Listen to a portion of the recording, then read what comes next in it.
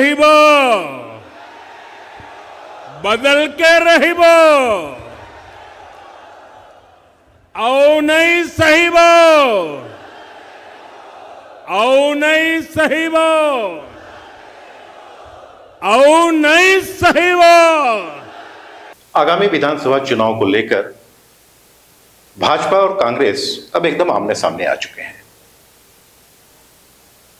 प्रधानमंत्री मोदी की बिलासपुर में हुई आज सभा में जिस तरीके से भीड़ उमड़ी, उससे कहा जाए तो कांग्रेस के होश उड़े हुए हैं, क्योंकि जहां भी देखें तो वहां लोगों के सिर ही नजर आ रहे थे। यहां तक कि कुछ नेताओं ने यह कह दिया कि रेला एक देखने को मिला।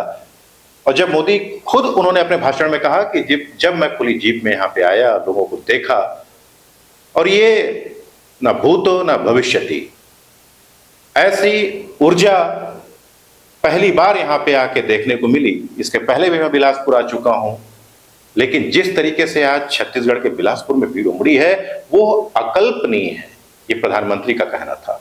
प्रधानमंत्री ने यहां पे आकर छत्तीसगढ़ की कांग्रेस सरकार के भ्रष्टाचार पर सीधा सीधा अटैक कर डाला। उन्होंने कहा कि शराब घोटाला हुआ, यहां तक कि जो युवाओं से जुड़ा हुआ जो पीएससी भर्ती परीक्षा घोटाला, उसका भी उन्होंने जिक्र किया और कहा कि हमारी सरकार बनती है तो हम इस पे कठोर कार्रवाई करेंगे, किसी को छोड़ेंगे नहीं। कांग्रेस ने यहां शराब घोटाला करके क्या कुछ नहीं कमाया है। अरे ये लोग तो ऐसे हैं, गोबर को भी नहीं छोड़ा, गोबर को भी। कांग्रेस ने गौ माता के नाम पर भी घोटाला किया है। साथियों, कांग्रेस ने छत्तीसगढ़ के नौजवानों को क्या क्या सपने दिखाए थे और उन्हें क्या मिला? सिर्फ धोखा।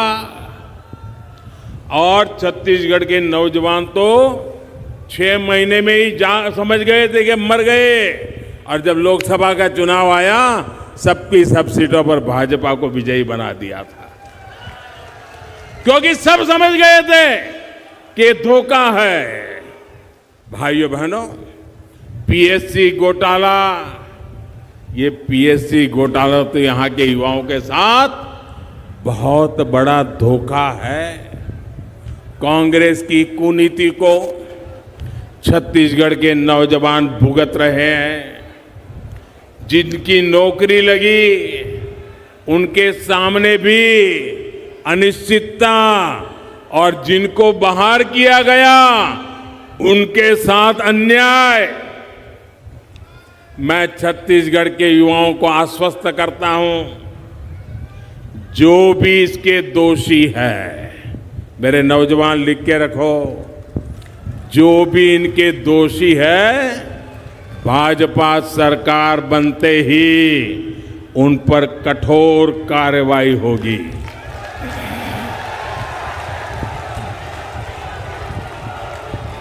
खाली यहाँ पे भ्रष्टाचार मचा हुआ है, घोटाले उजागर हो रहे हैं, यानी एक तरीके से फिर से जो रायपुर की जो बात थी प्रधानमंत्री मोदी ने वो फिर दोहराई यहाँ पे कि भ्रष्टाचार को लेकर वो कड़े कदम उठाएंगे। अब एक बात तो तय है कि यदि मोदी कहते हैं तो वो कहते हैं और करते भी हैं, इस पे लोगों को कोई संदेह नहीं है, लोग देख भी चुके हैं। और आज जिस तरीके से नरेंद्र मोदी ने बिलासपुर की विशाल जनसभा में भ्रष्टाचार पर अटैक किया है, उससे ये तो तय है कि आने वाले दिनों में यहाँ पे कार्रवाई तेज होगी। लेकिन अभी जो आज की सभा हुई और जिस तरीके से भीड़ हुई, उसे देखते हुए ऐसा लगा कि ये कांग्रेस के कुछ लोगों को नागवार गुजरा। और कवासी लखमा जो कि आबकारी मंत्री हैं, बस्तर संभाग के जगदलपुर में 3 अक्टूबर को प्रधानमंत्री मोदी की आम सभा है, वहां भी एक रैली है, बड़ी सभा होगी, ये तय है। लेकिन ठीक उसके पहले आबकारी लखमा ने आज एक बयान दे डाला जिससे लेकर पूरे शासन और प्रशासन में भी हड़कंप मचा हुआ है। वहीं भाजपा भी अंदर खाने में मान रही है कि अब इन लोग सीधे सीधे प्रधानमंत्री की सभा पे ही कुछ अलोकतांत्रिक रूप से कारगुजारी करने की तैयारी में है।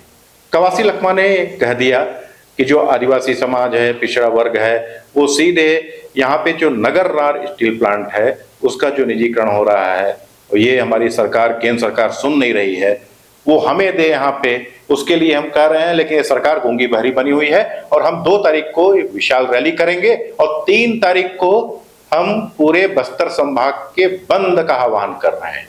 ये बात जैसे ही कवासी लखमा ने कही, वैसे ही राजनीतिक जो सरगर्मियां हैं एकाएक तेजी से इसका जो पारा है वो अचानक ऊपर की ओर बढ़ गया, एकाएक बढ़ा ये पारा।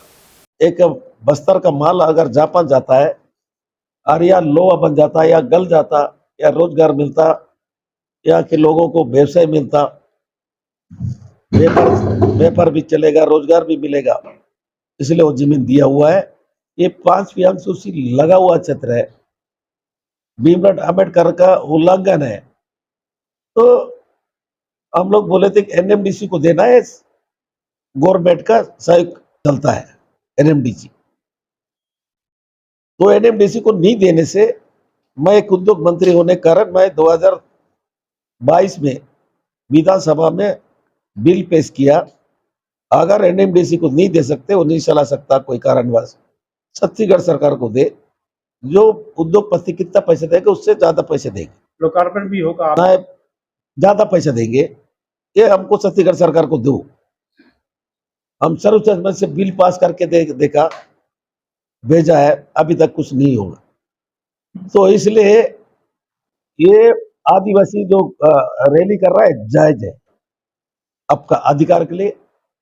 भीमराव अंबेडकर ने बोला ना, कभी चुप नहीं बैठना है, अपना अधिकार के लिए लड़ना है, कानून में संविधान में है।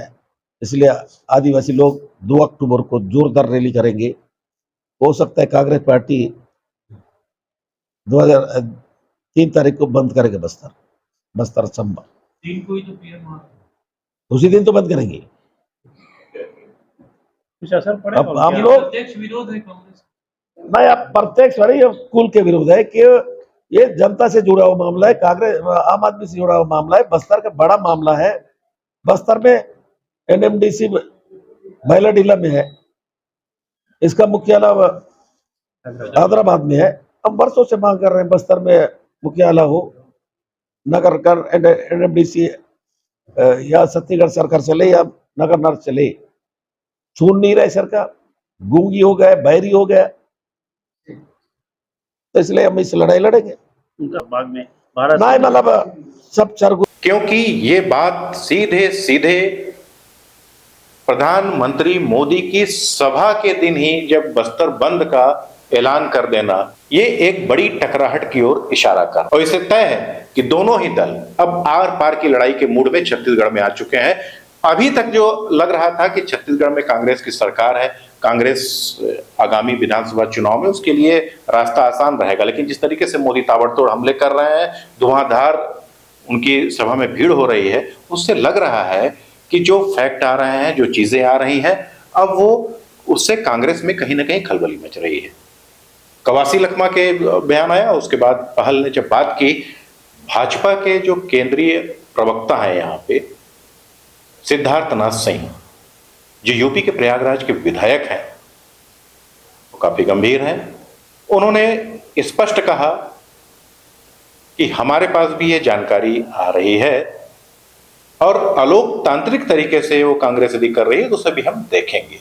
भाजपा की परिवर्तन यात्रा जो छत्तीसगढ़ में निकली, उसको जो समर्थन, व्यापक समर्थन मिला है, उससे कांग्रेस के पार्टी और कांग्रेस के नेता परेशान हो गए हैं। और उसका जो आज समापन बिलासपुर में हुआ, उसमें जो एक प्रकार से रेला था और प्रधानमंत्री जी को सुनने का रेला था, और वहां पे प्रधानमंत्री जी ने जिस तरीके से एक एक बिंदु जो घोटालों से संबंधित है, जो केंद्र सरकार ने जो सेवा भाव से योजना को लेकर आए, उसको कार्य न होने देना भूपेश बघेल की सरकार का, ये सब चीजों से एक प्रकार का एक पूरी की पूरी लहर आ गई है परिवर्तन की छत्तीसगढ़ में। और इस दफे कांग्रेस की सरकार जाने वाली है।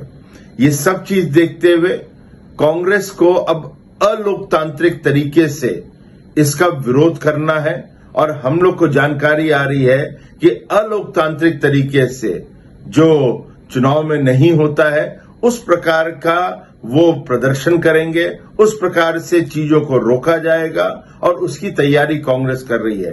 ये दुर्भाग्य होगा कहीं कांग्रेस ऐसा करती है, लेकिन एक बात साफ है कि पूरी की पूरी छत्तीसगढ़ की जनता प्रधानमंत्री मोदी जी के साथ है और इस दफे परिवर्तन छत्तीसगढ़ में होके ही रहेगा। वहीं कवासी लखमा के बयान के बाद पोस्टर बार भी शुरू हो गया और सबसे मुसीबत आई है शासन और प्रशासन के जो कलेक्टर हैं, वहां के एसपी हैं, इनके ऊपर कि एक और तो प्रधानमंत्री मोदी की सभा है और आप उसी सभा के दिन बस्तर संभाग के बंद का आह्वान कर रहे हैं, तो आखिर इस स्थिति से कैसे निपटा जाए? क्योंकि प्रधानमंत्री मोदी ने यहाँ पे शराब पर वार किया, शराब घोटाले को लेकर बातें कही, यहां तक कि जो धान के लिए कहा कि मैं यहाँ पे 1 लाख करोड़ रुपए तो केंद्र सरकार देती है, यहाँ की सरकार आपको 300 करोड़ देती है तो मोदी 6000 करोड़ भेजते हैं। ये सब बातें उन्होंने कही और जिस तरीके से उन्हें जनसमर्थन मिल रहा है उसे लेकर कहीं ना कहीं अभी लगने लगा है कि जो आगामी विधानसभा चुनाव है इसमें दोनों ही पार्टी अब एकदम आमने सामने आ चुकी हैं, आर पार की लड़ाई के मोड में आ चुकी हैं। बहरहाल एक बात तो तय है कि भाजपा का जनाधार धीरे धीरे अब राज्य में बढ़ रहा है, वहीं कांग्रेस भी अब सीधे अटैक कर रही है, क्योंकि जिस तरीके से मोदी अब यहाँ पे लोगों को अटैक कर रहे हैं भ्रष्टाचार को लेकर, तो ये उनकी सभा पे ही अटैक करने की तैयारी कर रहे हैं। हालांकि ये है कि प्रधानमंत्री की सभा के दिन बस्तर संभाग बुलाना कांग्रेस को कहीं ये दांव ये कैसा पड़ेगा, ये कहीं उल्टा मत पड़ जाए या कुछ बात मत हो, ये तो आने वाला समय बताएगा। तो आज इस गंभीर मुद्दे के साथ दोस्तों नमस्कार, मैं आलोक शुक्ल आपसे अनुमति चाहूंगा। जय हिंद।